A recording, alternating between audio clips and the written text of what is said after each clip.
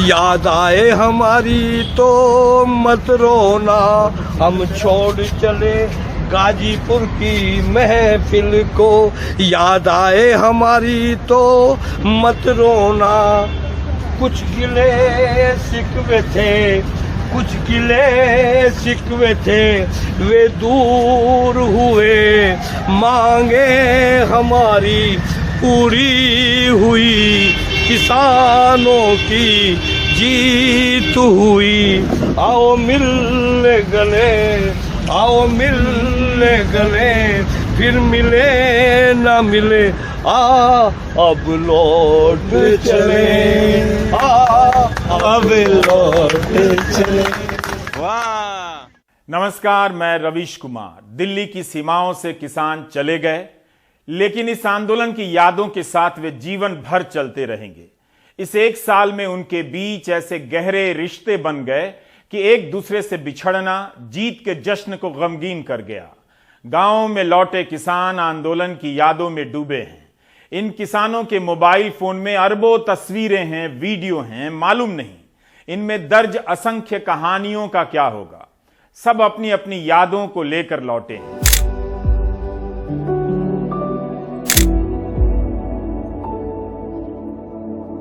Media और संपूर्ण गोदी मीडिया में इस आंदोलन को लेकर कुछ कहानियां बार बार दोहराई जाती रही, जिनसे लगता है कि किसान आंदोलन देखा और जाना जा चुका है। इसके बाद भी बेशुमार कहानियां ऐसी हैं जो अनकही और अनजानी हैं।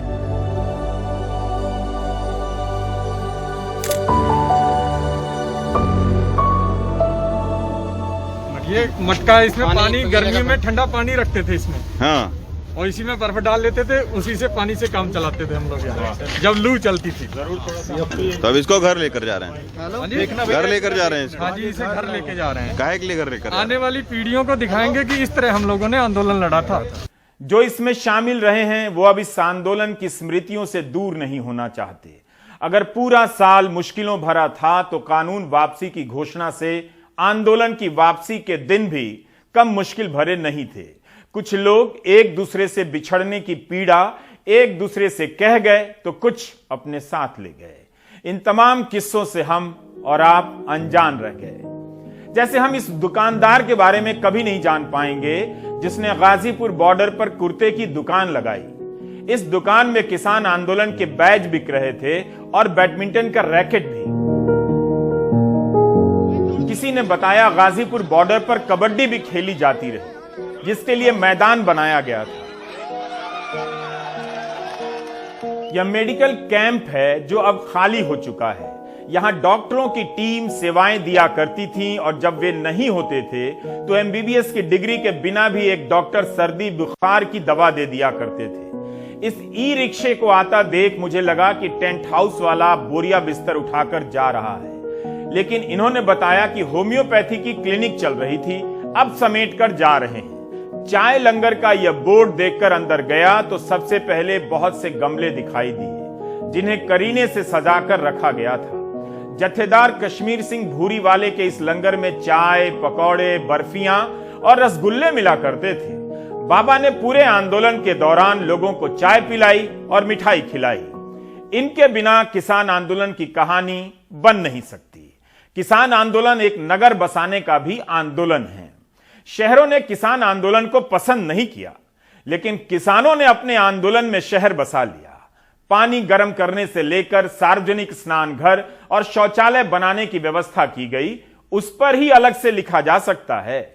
मेरी मुलाकात एक नौजवान से हुई जिसका नाम तेरा मेरा हो गया है। बुंदेलखंड से आए इस नौजवान का नाम महेंद्र है। टिकैत के रोने की खबर सुनकर गाजीपुर आ गया। टिकैत ने कहा, तुम्हें महेंद्र नाम से नहीं बुला सकते क्योंकि यह मेरे पिताजी का नाम है। इस नौजवान के गांव का नाम तेरा है तो सबने तेरा बुलाना शुरू किया और फिर दुलार में बिगड़ते बिगड़ते उसका नाम तेरा मेरा हो गया। महेंद्र को किसान आंदोलन ने एक नई पहचान दी है, नया नाम भी तेरा मेरा। शुरू में लगा कि गोदी मीडिया के रहते इस आंदोलन का दम घुट जाएगा, लेकिन बहुत कम समय में इस आंदोलन ने अभिव्यक्ति के कई सारे अवसर पैदा कर दिए। सरकार आपदा में अवसर पैदा कर रही थी और किसान अभिव्यक्ति के अवसर पैदा कर रहे थे। इतने सारे अवसर पैदा कर दिए कि कई लोग इस आंदोलन को जैसे तैसे कवर करने लगे, रिकॉर्ड करने लगे। जिस इंटरनेट से आंदोलन के खिलाफ जहर फैल रहा था, उसी इंटरनेट से आंदोलन भी फैलने लगा। हर किसान अपने आप में मीडिया बन गया और किसानों ने हजारों करोड़ों के विज्ञापनों वाले गोदी मीडिया को हरा दिया। बजाइए ताली। किसानों ने अपना एक दर्शक वर्ग का बाजार भी खड़ा कर दिया है, जिसके दम पर कितने यूट्यूबर खड़े हो गए, लाखों करोड़ों व्यूज मिले। ट्विटर से हमला हुआ तो किसान भाई ट्विटर पर पहुंच गए और आंदोलन का अकाउंट खोल प्रोपेगेंडा से लड़ने लगे। यूट्यूब, इंस्टाग्राम, स्नैपचैट पर भी अकाउंट बनाया है इन्होंने। उनकी लड़ाई का दायरा हर लड़ाई के साथ बड़ा होता चला गया। लड़ना है भाई ये तो लंबी लड़ाई है, लड़ना है बहना ये तो लंबी लड़ाई है, जीतने के वास्ते मसाल तो जलाई है, जीतने के वास्ते मसाल तो जलाई है। क्या हुआ जो कुर्सियां बेजान संसद मौन है, वक्त बताएगा इन्हें कि हम कौन है, वक्त ही बताएगा इन्हें कि हम कौन है। जनता ने उठाया है तो धूल भी चटाई है, जनता ने उठाया है तो धूल भी चटाई है। लड़ना है भाई ये तो लंबी लड़ाई है, जीतने के वास्ते मसाल तो जलाई है, जीतने के वास्ते मसाल तो। गाजीपुर बॉर्डर की कहानी शेरू कुत्ते के बिना पूरी नहीं हो सकती। जिस तरह से आंदोलन शुरू में कमजोर था, शेरू भी बहुत कमजोर था। आंदोलन मजबूत होता गया और शेरू भी मजबूत होता गया। सबकी चिंता थी कि गाजीपुर का शेरू अब आंदोलन के बिना कैसे रहेगा। जाएगा मेरे साथ में है? जाएगा जाएगा। शेरू जुदाई बर्दाश्त नहीं कर पाएगा और किसानों को शेरू की याद आती रहेगी। दोराला गांव के रहने वाले रविंदर दौरालिया शेरू को अपने साथ ले गए हैं। शेरू भी किसान बन गया था और किसान शेरू की तरफ बहादुर। एक जिंदा दिल आंदोलन अनगिनत जीवन रेखाओं से बना होता है। अखबार बांटने वाला आकाश नजर रखने लगा कि अखबारों में आंदोलन के बारे में क्या छप रहा है। वह हर दिन 25 से 30 अखबार मुफ्त में बांटा करता था अपनी जेब से, कि किसानों को पता रहे कि अखबार क्या छाप रहे हैं। ये क्यों बांटते थे भाई आकाश? सेवा करते थे, मतलब लोगों किसानों को दिखाना था कि तुम्हारे बारे में मीडिया क्या कर रहा है, प्रिंट मीडिया में क्या चल रहा है। इस लंबी लड़ाई के लिए किसानों ने कई प्रतीकों को पहली बार अपनाया।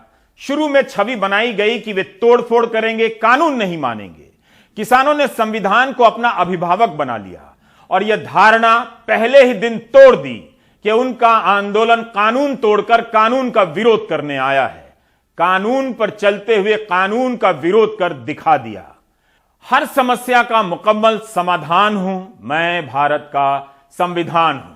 यहां संविधान एक व्यक्ति के रूप में किसानों से संवाद कर रहा है, आश्वासन दे रहा है कि मैं समाधान हूं। अब जब यह मंच उजड़ चुका है, आप संविधान की किताब के इस कटआउट को फिर से देखिए। हजारों निष्ठाओं में बटे किसानों ने संविधान में अपनी एकता देखी और संविधान को अपना इष्ट बना लिया। इसमें संविधान मैं की शक्ल में किसानों से बात कर रहा है। शशि भूषण और अशोक टकसालिया को हम और आप नहीं जानते हैं, मगर इन दो अनजान लोगों ने संविधान को कितना जैविक बना दिया है। जय जवान और जय किसान के नारे को एक चेहरा दिया है। उसे बदलकर मैं जवान मैं किसान आंदोलन कर दिया गया है। जो नारा आज तक निराकार था, उसमें मैं जोड़कर जान डाल दी गई है। किसान आंदोलन बहुत सी चीजें पहली बार कर रहा था, तो बहुत सी चीजें पहले के आंदोलनों से भी ले रहा था। शाहीन बाग के आंदोलन से औरतों और बच्चों को वहां आने का हौसला मिला, तो दलित आंदोलन और उसके बाद शाहीन बाग के नायक संविधान की किताब को अपना रहनुमा बना लिया। शाहीन बाग भी कई मायनों में सफल आंदोलन रहा। 2 साल से नागरिकता कानून के नियम नहीं बने हैं। किसान आंदोलन में भी एक शाहीन बाग था और यही शाहीन बाग की सफलता है। संविधान के कारण आंदोलन का आंचल इतना बड़ा हो गया कि नौजवान, बुजुर्ग, महिलाएं और बच्चे आंदोलन में आए। महिलाओं ने स्टेज संभाले तो मर्दों ने रोटियां बनाई। इस आंदोलन ने हर हिंसा की, उसी वक्त निंदा भी की। इस आंदोलन को कवर करने वालों की अपनी अपनी कहानियां हैं। फोटो पत्रकार सर्वेश 66 साल की उम्र में हर दिन आंदोलन के हर मोर्चे को कवर करने जाती थी। फ्रीलांसर सर्वेश ने बताया कि उन्होंने इस आंदोलन को लेकर 1 लाख के करीब फोटो खींचे हैं। 100-150 GB से अधिक का डेटा हो गया है। उन्हें उम्मीद थी कि अखबार किसान आंदोलन की तस्वीरें छापेंगे, मगर जो छाप रहे थे उनने भी मना कर दिया।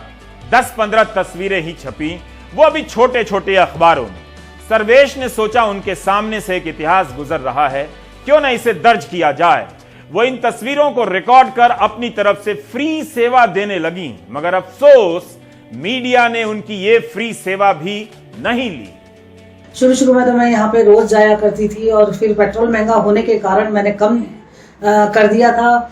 और दूसरा एक बात है, किसान आंदोलन की तो बहुत सारी चीजें आनी चाहिए थी, वो नहीं आई। किसान आंदोलन गांव मैंने कई सारे गांव में फैला हुआ था। मैंने कई सारे इनकी महापंचायत कवर की है और महापंचायत में जब मैं लोगों से बात करती थी तो गांव तक ये पहुंचा है। मैं जब इनके महापंचायतों में गई हूँ, लोगों से जब बातचीत की है, मीडिया में बिल्कुल नहीं आया है। मीडिया में इससे कहीं ज्यादा अच्छा होना चाहिए था, आना चाहिए था, वो नहीं आया है। हमारी तो इतनी बढ़िया लोकतांत्रिक सरकार है और किसी ना मेरी तो खैर फोटो खरीदेगी भी नहीं। मतलब बहुत सारी स्टोरीज आनी चाहिए थी किसानों की, लेकिन नहीं आई। किसान आंदोलन की 1 लाख तस्वीरों को छांटना आसान नहीं।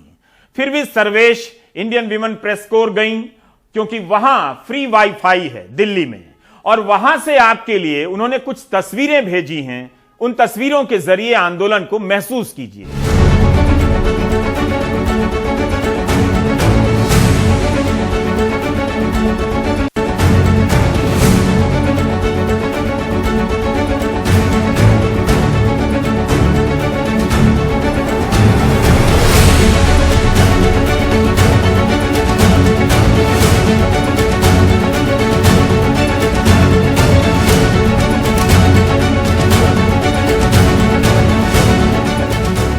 सर्वेश से मुलाकात गाजीपुर बॉर्डर पर हो गई। सबके जाने के बाद मैं वहां गया था। बची खुची निशानियों से आंदोलन की बुलंदी की तस्वीरों के बारे में अनुमान लगा रहा था कि 1 साल पहले यहां के दिन रात कैसे बीते होंगे। कुछ किसान साथियों ने मुझे यह कमरा दिखाया। इस कमरे में भारतीय किसान यूनियन के नेता महेंद्र सिंह टिकैत की जोत रखी हुई थी। अंदाजा मिलता है कि किसानों ने साल भर तक आशा और निराशा के बीच किन किन चीजों के सहारे खुद को संभाला होगा। यहां तो बहुत सारे पंखे रखे हैं। गर्मी के दिनों में किसानों ने बहुत सारे कूलर, पंखे आंदोलन को दान में दे दिए और यहीं पर एक जिम भी बन गया। किसान सरकार से ही नहीं, अपने आप से भी लड़ रहे थे। अपनी निराशाओं से लड़ना सबसे बड़ी लड़ाई होती है। ट्रॉली को लेकर किसान हमेशा से ही प्रयोग करते रहे हैं, मगर आंदोलन ने ट्रॉली की कल्पना में नए नए पहलू जोड़े।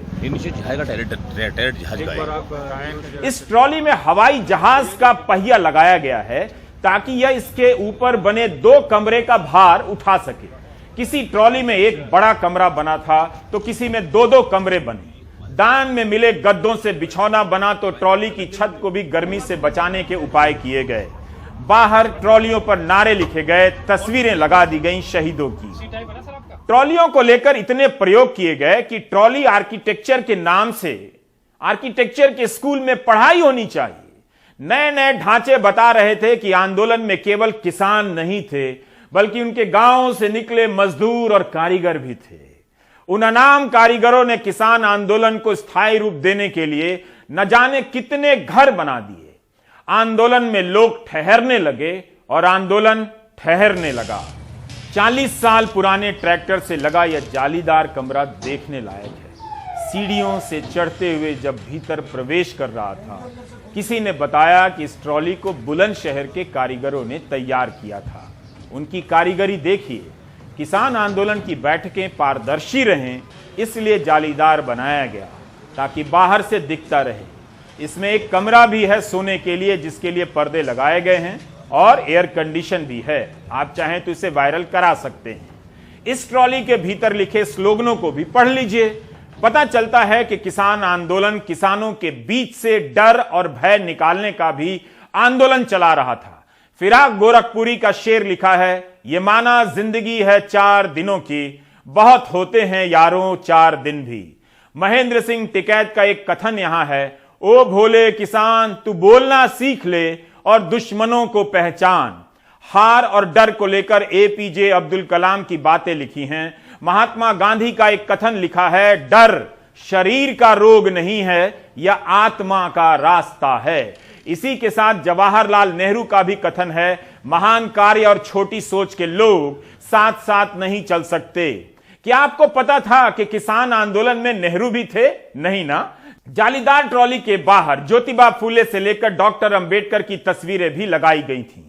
ऐसा लगता है जालीदार ट्रॉली का यह कमरा किसानों के लिए डर मुक्ति का अभ्यास केंद्र बन गया था। पवित्र कौर प्रीत 20-21 साल की हैं। उनके पिता टिकरी बॉर्डर की आयोजन समिति के वरिष्ठ नेताओं में से एक हैं। पवित्र कौर का बचपन बाकी बच्चों से अलग है। पिता गुरनाम सिंह विक्की तरह तरह के आंदोलनों में हिस्सा लेते रहते हैं और कई बार जेलों में रहते हैं। इस आंदोलन में साल भर यहां रहे और उनकी बेटी पवित्र भी यहां रही। जीत की खुशी के वक्त पवित्र किसानों को ट्रॉफियां बांट रही थी। बस इस वीडियो को सुन लीजिए, लंबे समय तक आप याद रखेंगे। मेरा नाम पवित्र कौर प्रीत है और मैं मानसा ज़िले से बिलोंग करती हूँ। मेरे पापा का नाम गुरनाम सिंह भिक्की है, जो कि पंजाब किसान यूनियन के सूबा सकत्तर हैं और टिकरी बॉर्डर कमेटी के मुख्य आगू हैं। मैं हमेशा से गवर्नमेंट स्कूल में पढ़ी हूँ और मेरे मार्क्स भी हमेशा अच्छे थे। मैं इंटेलिजेंट थी स्टडी में भी। ऐसे मैं बास्केटबॉल की नेशनल चैम्पियनशिप में भी रही हूँ और मैं स्टडीज़ में भी अच्छी थी। जैसे मेरे 80% से नीचे कभी मार्क्स नहीं आए। हमारे बचपन के बारे में बहुत सी बातें हैं जो और बच्चों से बहुत डिफरेंट हैं। जैसे मेरे पापा हमेशा से लोगों के लिए लड़ते रहे हैं। शुरू से उन्हें लगभग 32 से 33 साल हो गए। गरीबों और किसानों की सेवा करते हुए वो उनके हकों के लिए लड़ते हैं और वो 8 से 10 बार जेल भी जा चुके हैं और उन पर कई चार्जेस भी हैं। तो हम शुरू से उनके साथ रहते हैं और वो हमें जैसे कोई वो प्रोटेस्ट होता है तो हमें साथ में लेकर जाते हैं। कोई महासम्मेलन होता है तो वहाँ पर भी हमें लेके जाते हैं। तो हमें वहाँ से बहुत सारी चीज़ें सीखने को मिलती हैं, कैसे दूसरों के साथ बातचीत करनी है और किसको कैसे जवाब देना है और सही को सही और गलत को गलत कहना है। दूसरे बच्चों की तुलना में आपका बचपन कैसा है? मुझे लगता है उनकी तुलना में हमारा बचपन यूनिक था। वो सभी वहीं करते थे, खेलना कूदना या घर पर रहना, है ना, रिश्तेदारी में जाना। हम छुट्टियों में हम कभी भी रिलेटिव्स के घर नहीं गए। हम हमारे पापा के साथ रहते और अलग अलग जगह घूम के आते जहाँ भी उनका आंदोलन होता है ना। तो उससे हमें बहुत ज़्यादा नॉलेज मिली कि कैसे हमें अपनी ज़िंदगी को डेवलप करना है और कैसे हमें रहना है और लोगों से बातचीत कैसे करनी है और उनके दुख को कैसे समझना है। यह वीडियो रोहित कुमार ने रिकॉर्ड किया है। रोहित एक फ्रीलांस टीचर हैं जो स्कूली बच्चों को जीवन कौशल की ट्रेनिंग देते हैं। फ्रीलांसर फोटोग्राफर सर्वेश की तरह रोहित भी कई दिनों तक आंदोलन में जाते रहे और वीडियो बनाते रहे, लोगों से बातें करते रहे। रोहित ने वायर के लिए किसान आंदोलन पर कई सारे लेख भी लिखे। रोहित अपने मां के निधन के बाद गम में डूबे थे, तभी किसान आंदोलन शुरू हो गया। रोहित को लगा कि मीडिया किसानों को इतनी गालियां दे रहा है, मतलब किसान कुछ तो अच्छा कर रहे होंगे। गाजीपुर का रास्ता बंद था, लेकिन टैक्सी वाले ने कह दिया, चिंता मत कीजिए, मैं भी किसान का बेटा हूं, और उसने किसी तरह रोहित को गाजीपुर बॉर्डर के करीब पहुंचा दिया। पैदल चलकर जब रोहित आंदोलन स्थल पर पहुंचे तब तक काफी थक चुके थे।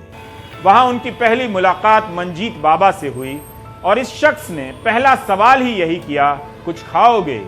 ये नहीं पूछा तुम कौन हो। यह बात रोहित के दिल में ठहर गई और रोहित के भीतर किसान आंदोलन ठहर गया। रोहित ने चुपचाप आंदोलन को रिकॉर्ड करना शुरू किया और इंडिया स्पीक्स नाम से यूट्यूब चैनल बना लिया। इस चैनल पर बहुत कम सब्सक्राइबर हैं, फिर भी रोहित अपनी निष्ठा से काम करते रहे, अपने लिए किसान आंदोलन को देखते रहे। प्यार, अहिंसा, साहस, ये चीजें समाज में देखने के लिए दिल तरसता है और यही चीजें हमने दिल्ली के बॉर्डरों पर किसानों के बीच देखी। टिकरी बॉर्डर पर बहुत सारे गरीब किसान थे और उनके पैरों पर जुराबें नहीं थी। सर्दी का वक्त था तो हमने सोचा क्यों ना उनके लिए ऊन की जुराबें ले जाएं। लेकिन जब हमने उनको ये जुराबें दी तो उन्होंने मना किया और कहा हम यहाँ भीख लेने नहीं आए हैं। फिर हमको कहना पड़ा नहीं ये स्कूल के बच्चों ने आपके लिए दिया है। फिर कहीं जाके उन्होंने ये जुराबें ली, बल्कि एक ने तो अपनी जेब से 100 रुपए का नोट निकाला और कहा अगर तुमको कुछ चाहिए हम तुमको दे सकते हैं। टिकरी बॉर्डर पर एक रात बिताई, लेकिन वहाँ सोना असंभव था क्योंकि हर 15 सेकंड सड़क पे एक ट्रक गुजरता और वो पॉटहोल के ऊपर जब जाता तो धमाके जैसी आवाज आती। अरे हम वहाँ एक रात मुश्किल से बिता सकते हैं, ये लोग वहाँ पूरा साल रह चुके हैं। टिकरी बॉर्डर पर भारतीय किसान यूनियन उग्राहा का मोर्चा बंधा था। 1 साल में आंदोलन का घर और दफ्तर पक्का होने लगा। जब बस रहा था तब लोगों ने वीडियो कम बनाए कि कैसे बस रहा है, लेकिन जब उजड़ा तो लोग खुद ही लाइव करने लगे, वीडियो बनाने लगे। फेसबुक और ट्विटर की दुनिया के मास्टर हो चुके थे। ये वीडियो देखिए।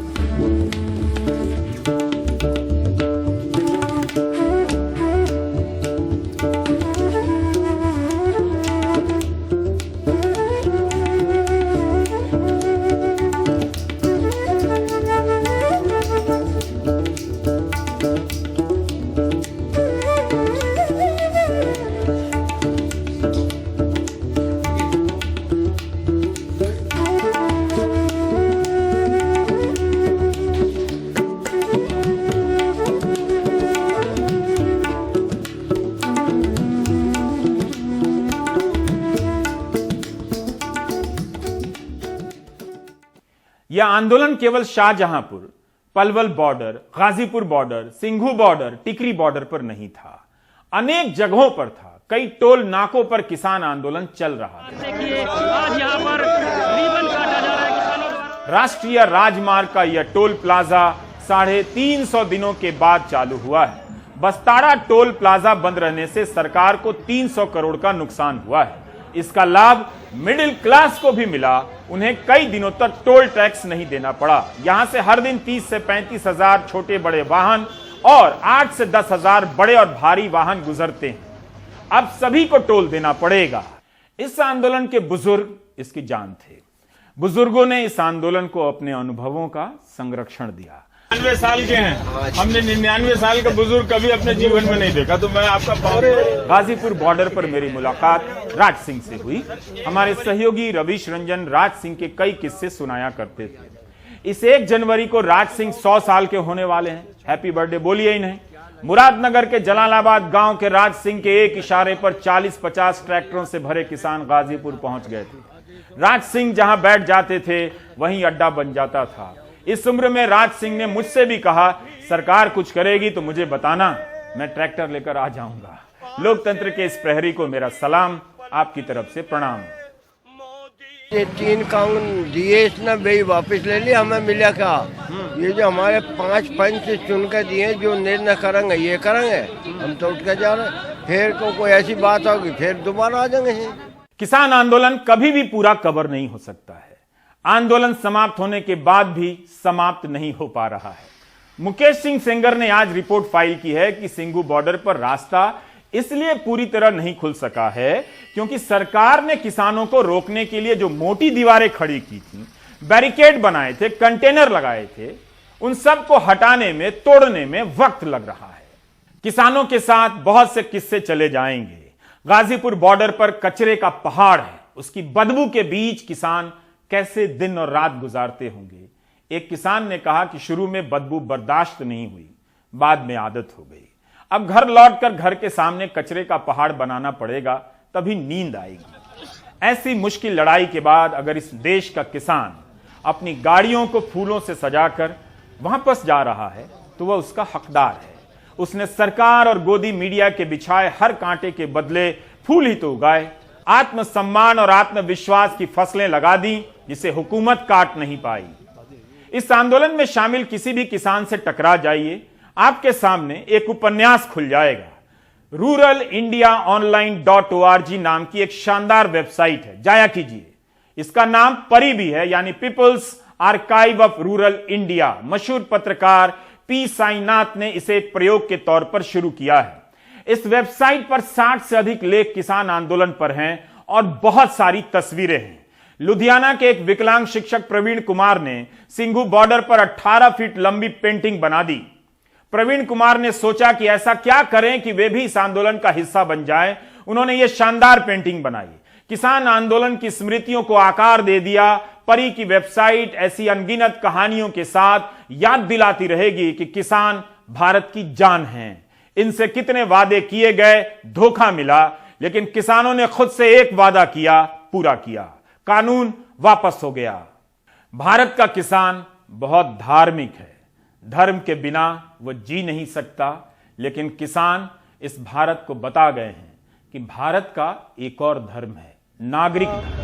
कुछ गिले शिकवे थे, कुछ गिले शिकवे थे, वे दूर हुए, मांगे हमारी पूरी हुई, किसानों की जीत हुई। आओ मिलने गले, आओ मिलने गले, फिर मिले ना मिले, अब लौट चले, अब लौट चले।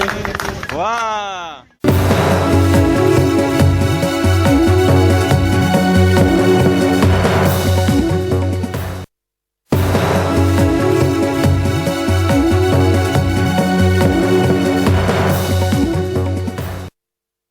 प्रधानमंत्री को अब प्रधानमंत्री आवास योजना के तहत बने उन घरों को भी देखना चाहिए जिनके नाम पर कच्चे मकान बना दिए गए हैं। अनुराग द्वारी की रिपोर्ट तो देख ही सकते हैं। मोदी के दाढ़ी में घर है जब हुआ के दाढ़ी फटकार देते तो 50 लाख है, एक दाढ़ी फटकाए तो 1 करोड़ भाई। कोई गरीब बिना मकान के नहीं रहेगा। ये मोदी जी की केंद्र में सरकार है और यहाँ मामा की सरकार है। कच्ची लालिस 5,000, पहली किस्त 25 निकल रहे हैं, लालिस 5,000। उसने बनने के बाद फिर दीवार खड़े करने के बाद एक किस्त फिर निकला हुआ, लालिस 5,000 सरपंच। बीजेपी सांसद प्रधानमंत्री जी की दाढ़ी से घर निकालते हैं। मुख्यमंत्री कहते हैं कोई गरीब घर से वंचित नहीं रहेगा, लेकिन छोटे लाल ने अपने कच्चे घर का रेट कार्ड सुना दिया। छत के नाम पर बल्लियों के सहारे खप्पर बिछाए गए हैं। कुछ मकानों में सीमेंट और कंक्रीट की जगह मिट्टी का उपयोग किया गया है। इस मकान में छत के नाम पर सिर्फ घास फूस और पत्ते हैं। डिंडोरी जिले के गौरा कन्हारी में पक्के मकान की योजना हकीकत में कच्चे में तब्दील हो गई। छत भी कच्चा, फर्श भी कच्चा, वो भी रिश्वत और मुर्गे वगैरह की भेंट के बाद। मैं तो कहाँ पक्की बनवाऊं, जब शासन दे रहे इतना पैसा मार लिए तो ऐसे कि मैं बोले तो ये मटेरियल नहीं आता, जैसे न बना कर बना, नहीं बना तो दूसरा देगा। पक्का तो बना रही, बाकी में रेता नहीं मिल रहा है अपन को, फिर पैसा नहीं मिले इसलिए नहीं बना पाए, तो खबर डाल दी। तो इसमें जियो टैग वगैरह कैसे किए होंगे? जियो दूसरा आवाज से कर देंगे। हितग्राही बता रहे हैं कैसे जियो टैगिंग दूसरे आवाज से कर दी गई, लेकिन तहसीलदार साहब ने किताबों में जांच की बात पढ़ी है, सो कैमरे के सामने वही घिसा पिटा बयान दे दिया। कच्चे मकान का तो कोई प्रावधान नहीं, प्रधानमंत्री आवास में पक्की छत होना चाहिए, पक्का घर होना चाहिए। उसमें ये जरूर है कि अगर उसने खपरेल लगाया या जो कबीलू का जो प्रावधान किया है गाइडलाइन में, तो उसके अनुसार होना चाहिए, लेकिन फिर भी दीवार पक्की होनी चाहिए। सरपंच उन्हें रोजगार सहायक और सचिवों ने पैसा भी लिया है बेगा हितग्राहियों से। ये जांच का विषय है, इसकी जांच कराई जाएगी, अगर ऐसा हुआ है तो ये गलत है। मध्य प्रदेश में प्रधानमंत्री आवास ग्रामीण के तहत कुल लक्ष्य 32,27,131 घरों का है। स्वीकृति मिली है 26,26,943 यानी 81.4% की। अभी तक निर्माण हुआ है 19,37,812 यानी 60.05% घरों का। वहीं प्रधानमंत्री आवास शहरी में कुल स्वीकृति है 8,53,075 घरों की। निर्माण हुआ है 4,51,334 यानी 52.9% घरों का। यही नहीं, 4 लाख मकानों के लिए राज्य सरकार ने अभी अपना अंशदान भी नहीं दिया है। इस वजह से केंद्र ने 640 करोड़ रुपए की राशि भी रोक ली है। शहर में आप नाक भौं सिकोड़ते होंगे कि गरीबों के लिए रोटी, कपड़ा, मकान, शिक्षा, स्वास्थ्य टाइप सारी चीज़ें फ्री फ्री फ्री तो हैं, फिर ये रोते क्यों हैं? लेकिन दरअसल छले ये जा रहे हैं, अछूते आप भी नहीं हैं, क्योंकि आपके टैक्स के पक्के पैसों से ही ये कच्चा और घटिया निर्माण हो रहा है। नेताजी तो बस माला पहनकर आगे बढ़ जाते हैं। डिंडोरी से डेविड और भोपाल से कैमरा पर्सन रिजवान खान के साथ अनुराग द्वारी, NDTV इंडिया।